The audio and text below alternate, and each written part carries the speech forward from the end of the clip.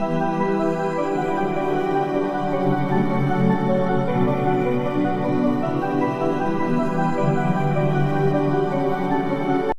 dear student, today I am going to start a new chapter for class 10, the Social Science Economic Chapter 2, Economic Development.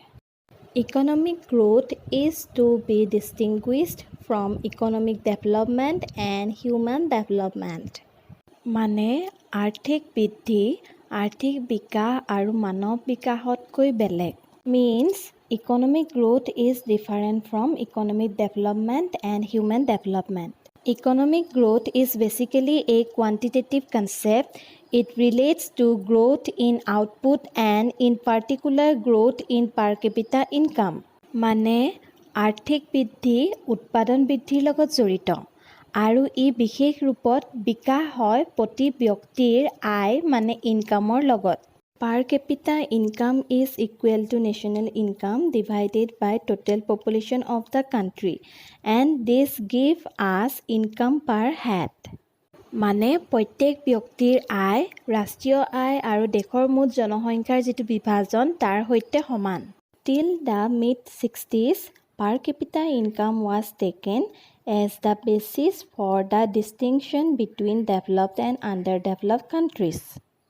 মানে 60 দশকৰ মাজলৈকে প্ৰত্যেক ব্যক্তিৰ আয়ক developed আৰু আণ্ডাৰডেভেলপড কাণ্ট্ৰিজৰ মাজত ব্যৱধান হিচাপে লোৱা হৈছিল. The World Bank observed that countries above per capita income of 750 billion were developed countries and countries with per capita income below that figure were underdeveloped countries.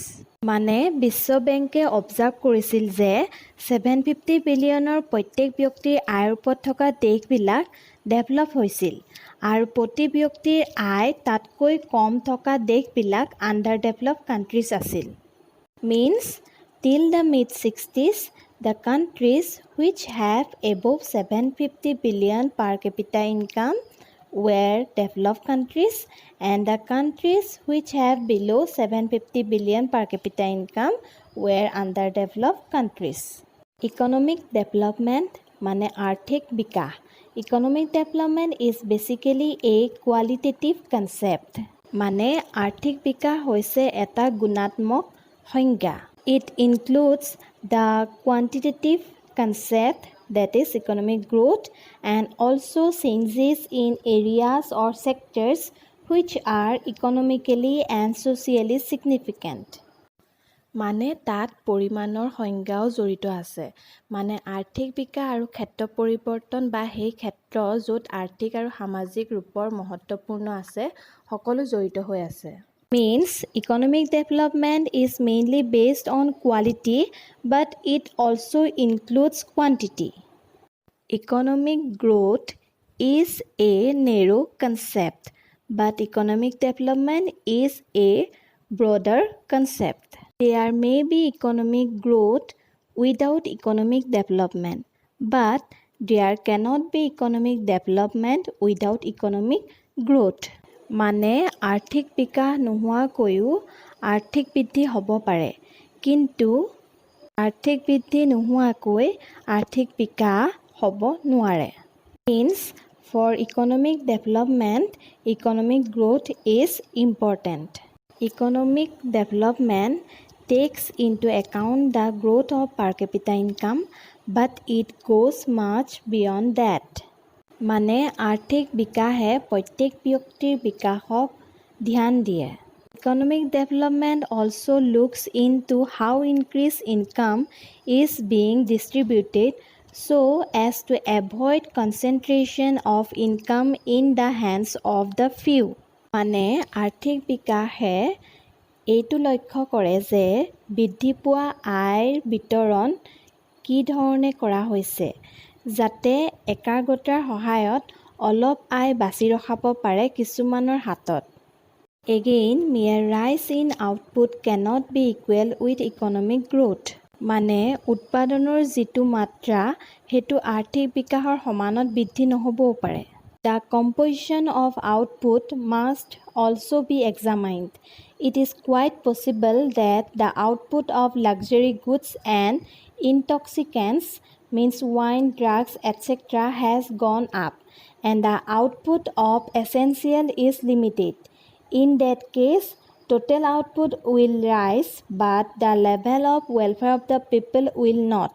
মুঠ উৎপাদন কিমান হৈছে সেইটো আমি লক্ষ্য কৰিব লাগে, কাৰণ এইটো অতি সম্ভৱ হৈ পৰিছে যে বিলাসিতা মানে লাক্সাৰী থিংছ আৰু ৰাগিয়াল পদাৰ্থ উৎপাদন যেনে মদ, ড্ৰাগছ আদি বাঢ়ি গৈছে আৰু আৱশ্যকীয় বস্তুৰ উৎপাদন সীমিত হৈ গৈছে। তাৰ ফলত উৎপাদনৰ পৰিমাণ বৃদ্ধি হৈছে যদিও মানুহৰ কল্যাণ হোৱা নাই। Means day by day the production of luxury goods and intoxicants increases, and as a result the output will rise but the level of welfare of the people will not. Moreover, the growth of output and per capita income may be at the cost of the environment. মানে উৎপাদন আৰু প্ৰতি ব্যক্তিৰ আয় বৃদ্ধি কৰিবৰ বাবে প্ৰকৃতিক ব্যৱহাৰ কৰিছে। While trying to boost output, the producers may use natural resources in a most haphazard and unplanned manner. মানে উৎপাদন বৃদ্ধি কৰিবৰ বাবে মানুহে প্ৰাকৃতিক সম্পদৰ অধিক উপয়োগ বা ইউজ কৰিছে আৰু অনিয়ন্ত্ৰিত হিচাপত কৰিছে। Such utilization of natural resources will rise output at present, but the future generation will have to face environmental problems like pollution, emission of greenhouse gases, etc. মানে প্ৰাকৃতিক সম্পদৰ উপয়োগে বৰ্তমানৰ উৎপাদন বঢ়াব, কিন্তু ভৱিষ্যতৰ মানুহৰ বাবে কিছুমান প্ৰাকৃতিক সমস্যাৰ সৃষ্টি কৰিব। It will not be sustainable development. সেইটো sustainable development নহ'ব। Economic development is also about other institutional changes. Education, health, banking, land tenure, and so on also undergo changes over time. Economic growth is not about such changes. These are covered by economic development.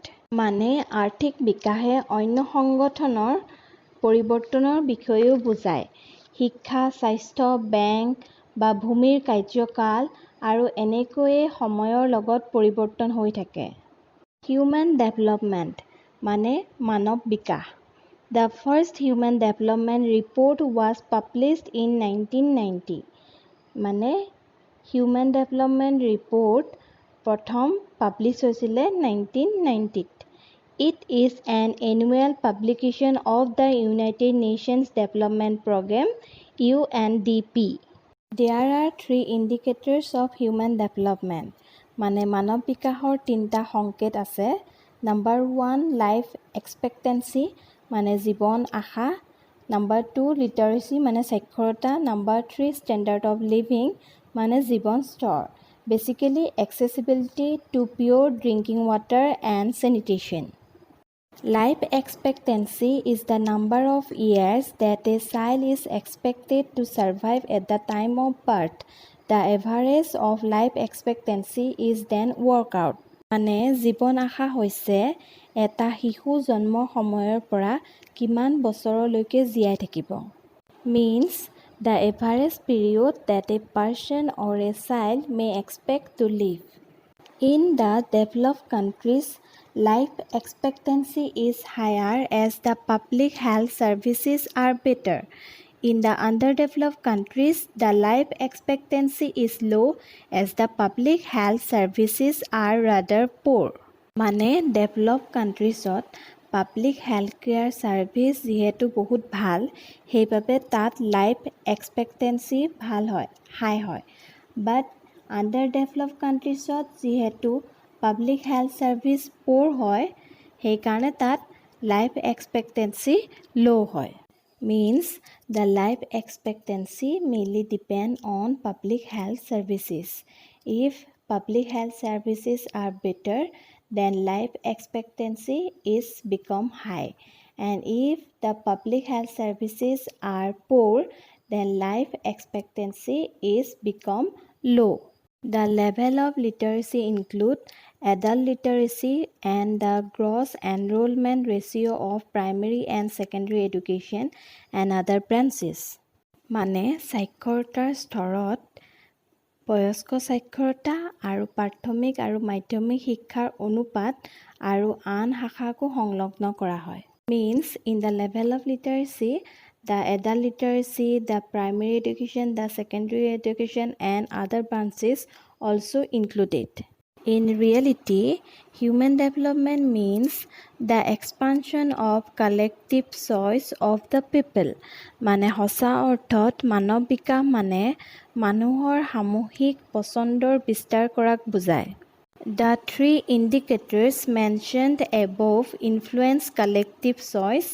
The choices of the people constitute the core of human development. মানে ওপৰত দিয়া তিনিটা সংকেতে সামূহিকতাক প্ৰভাৱিত কৰে আৰু মানুহৰ পছন্দ মানৱ বিকাশৰ মূল। The concept of economic growth represents only one choice, the level of income. মানে আৰ্থিক বিকাশৰ অৱধাৰণা কেৱল এটা বিকল্প, য'ত আয় মানে ইনকামৰ স্তৰ প্ৰতিনিধিত্ব কৰা হয়। Human development, on the other hand, covers economic, social, cultural, and political choices of the people. Means, মানৱ বিকাশে আৰ্থিক, সামাজিক, সাংস্কৃতিক আৰু মানুহৰ ৰাজনৈতিক পছন্দক সাঙুৰি লয়। The focus of human development is on enrichment of the lives of the people. It is not merely the rise in the amount of output produced in the country. মানে মানৱ বিকাশে মানুহৰ জীৱনৰ সমৃদ্ধি বনোৱাত ফ'কাছ কৰে বা মন দিয়ে। এইটো কেৱল দেশৰ উৎপাদন বৃদ্ধিৰ মাত্ৰা নহয়। Means human development is the overall development of the human beings. What is Human Development Index? The overall development of a country is indicated by the term Human Development Index HDI. The Human Development Report 2010 has introduced three new concepts of human development. মানে মানৱ বিকাশ report 2010ত তিনিটা নতুন নীতি মানৱ বিকাশৰ বাবে include কৰা হৈছে। সেইকেইটা হ'ল number A, the Inequality Adjusted Human Development Index, number B, Gender Inequality Index, and number C, Multidimensional Poverty Index. The first concept seeks to determine how human development has influenced different classes of people in the society. মানে প্ৰথমটোৱে মানৱ বিকাশৰ নিৰ্ধাৰণ কৰাৰ প্ৰয়াস কৰে আৰু সমাজৰ বিভিন্ন বৰ্গৰ মানুহক প্ৰভাৱিত কৰে।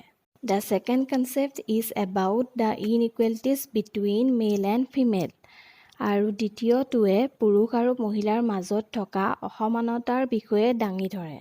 The third concept highlights the different forms of poverty.